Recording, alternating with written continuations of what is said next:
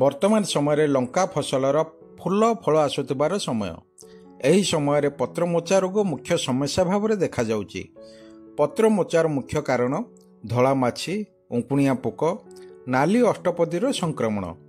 ଏହାର ଆକ୍ରାନ୍ତରେ ପତ୍ର ମୋଚା ହୋଇଯାଏ ଏବଂ ଗଛର ବୃଦ୍ଧି କମି ଅଗଟି ସମ୍ପୂର୍ଣ୍ଣ ମୁଣ୍ଡା ହୋଇଯାଏ, ଯାହାଫଳରେ ଲଙ୍କାର ଅମଳ ଉପରେ ପ୍ରଭାବ ପକାଇଥାଏ। ଏହି ରୋଗର ନିରାକରଣ ନିମନ୍ତେ ପ୍ରଥମରୁ ଆମେ ଫସଲରେ ପ୍ରତି 10 ଦିନ ଅନ୍ତରରେ 1500 ppmର ନିମ୍ବ ତେଲ 15 ଲିଟ୍ରିଆ ଡ୍ରମ୍ ପିଛା 50 ମିଲି ଲେଖାଏଁ ସ୍ପ୍ରେ କରିବା ଆବଶ୍ୟକ।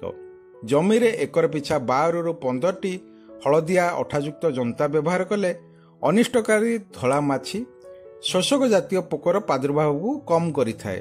ରାସାୟନିକ ଉପାୟରେ ପରିଚାଳନା ନିମନ୍ତେ ଆମେ ଏହି କୀଟନାଶକ ଗୁଡ଼ିକ ସ୍ପ୍ରେ କଲେ ଆମେ ପତ୍ରମୋଚାକୁ ନିୟନ୍ତ୍ରଣ କରିପାରିବା ଏବଂ ଅଧିକ ଫସଲ ଅମଳ କରିପାରିବା।